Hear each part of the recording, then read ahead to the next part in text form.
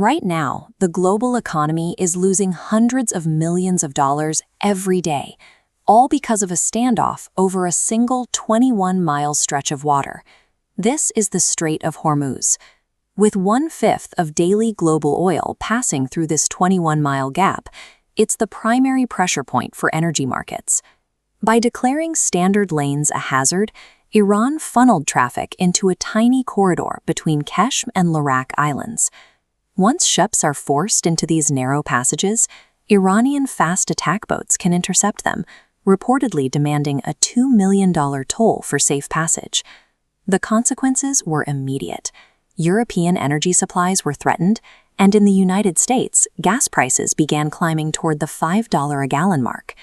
Iran's strategy relied on the assumption that Western leaders would offer political concessions or lift sanctions just to stop the economic bleeding.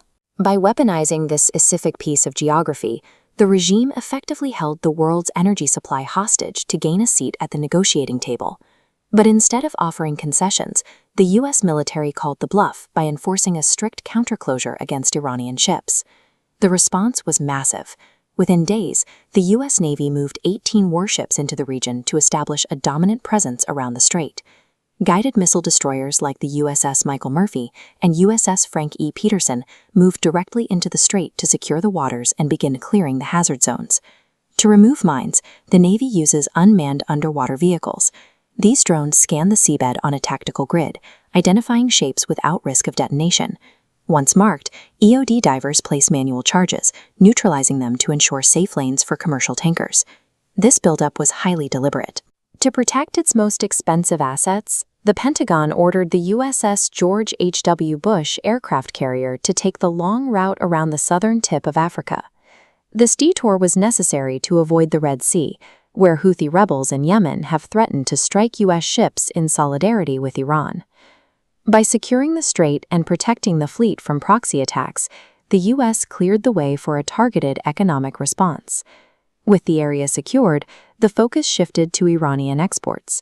The USS Tripoli, carrying specialized marine units, began search and seizure operations at sea to physically prevent Iranian oil tankers from leaving the strait.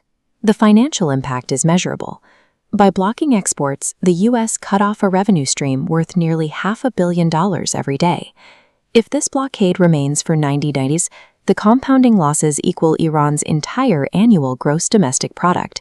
The U.S. flipped the leverage. The same geography Iran used to threaten the world was now being used to systematically bankrupt the regime. With oil exports hitting zero, the regime's central banker joined a desperate group of negotiators in Pakistan to try and end the standoff. The U.S. demands are strict: a 20-year ban on all uranium enrichment and a complete end to the funding of regional militias. Regional dynamics are shifting as a result.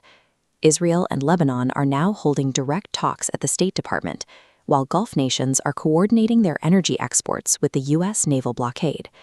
European support remains fractured, however. The UK has refused to join the blockade, focusing instead on hosting separate summits to minimize the damage to their own economy. Domestically, the U.S. administration is betting that voters will accept higher gas prices in exchange for new tax policies, like eliminating taxes on overtime and tips. By calling the bluff and implementing its own blockade, the U.S. demonstrated that Iran's geographic leverage exists only as long as its own oil continues to flow.